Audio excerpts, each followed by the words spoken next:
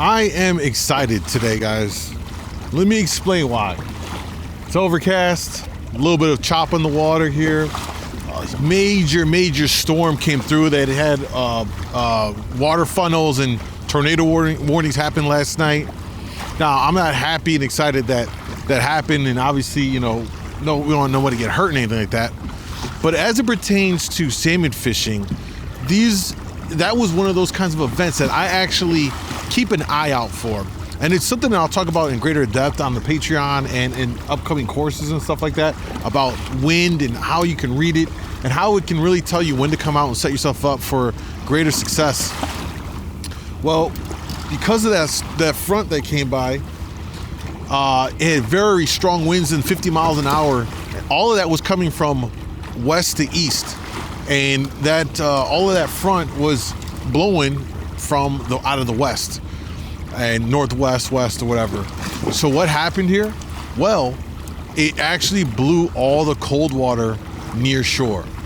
I mean, we're sitting out here right now. Surface temp is down in the low 60s. I haven't dropped my probe just yet, but I know there's colder water down not far, and there's a lot of bait around. I'm looking at a lot of bait right now here on the live scope and such. So we set lines. We're gonna try a little bit of things here. Gotta kind of keep an eye out on the weather. Some light rain. We should be okay, but we're close enough, and we're fishing right in front of the harbor, and we're focusing really just on the near shore water that is cold, and trying to see if there's something here. Now, this is one of those kind of plays that it's like a all or nothing, right? It's an all-in play. They're either going to be here and they're biting, or they're not going to be here. Now, there's bait here. There's a lot of bait I'm marking here on the live scope. And so I got a plug in the water right now. I like that for these kinds of conditions. Real loud, obnoxious rattle. There's a lot of bait around with it.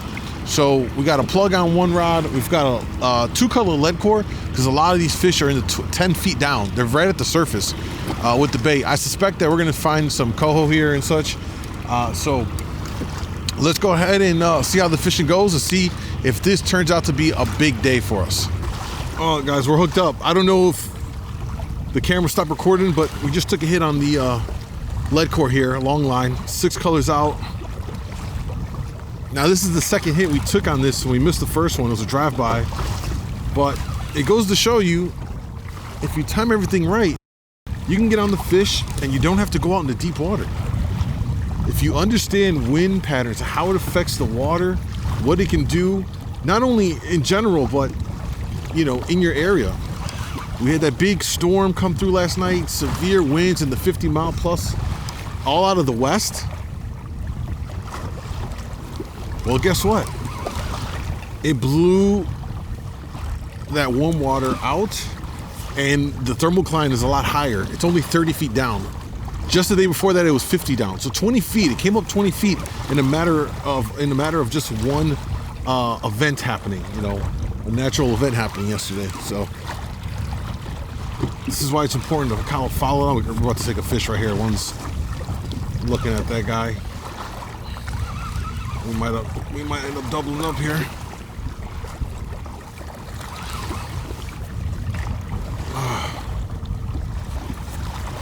I don't know why the camera stopped recording there for a moment.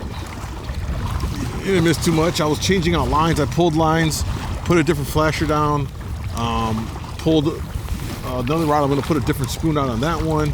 A lot of bait around right here.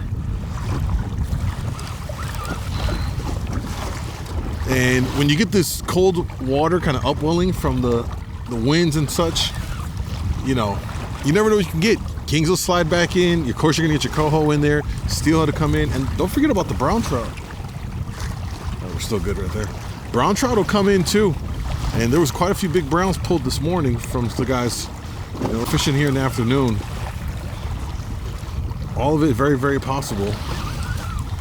But we have nothing on the flasher fly. It's been a spoon my last trip and this trip as well. Another fish down there looking at the flasher fly. Let's see if he takes it. They're just toying with it, looking. But he might actually take that one. He's really coming on it. But it's been a spoon thing, so We're gonna load up on more spoons here. Once I get this fish in, we'll put another rod out with a spoon, and we'll run one flasher fly down there in the towards the bottom. I like to do that just to kind of keep the fish honest. You know, you never know what you can get down there. All right.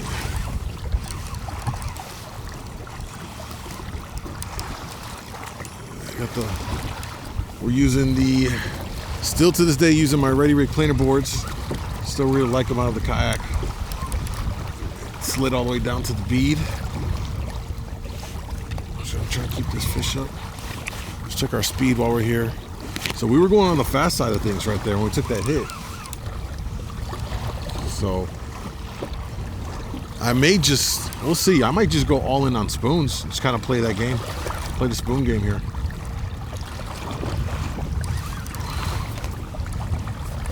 Let's slow down a little bit. We'll slow down a little bit here. Where are we at? It's still back there.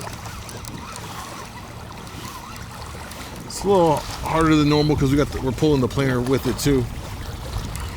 But I can see that fish at the surface. Don't quite know what it is just yet.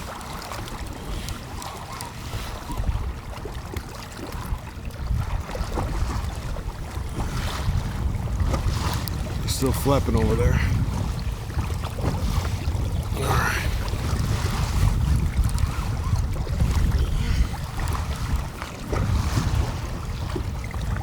Turn a little bit here.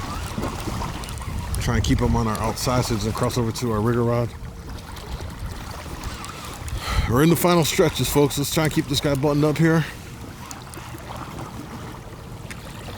Let's try not to lose ourselves in the kayak in the process. See silver.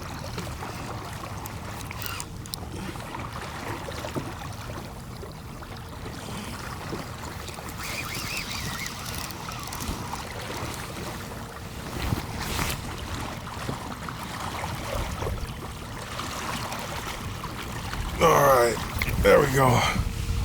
Nice little coho, man. Nice little eater coho. Hey, the proof is right there. You can get it done when you time it. And understanding the weather patterns and the winds and the water, how it all correlates, it comes together, can set you up for success.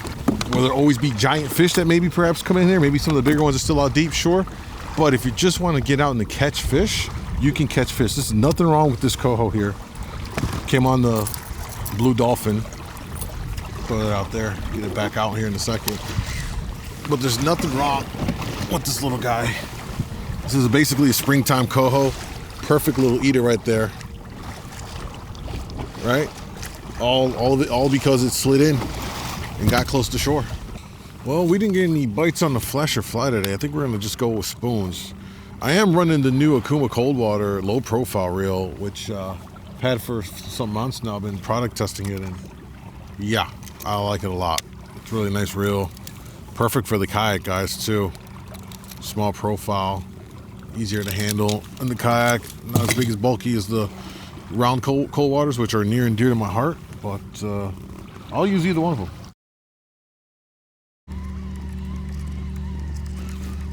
No, we got a fish. We got a fish. Is it on? Yeah, it's on. It didn't pop.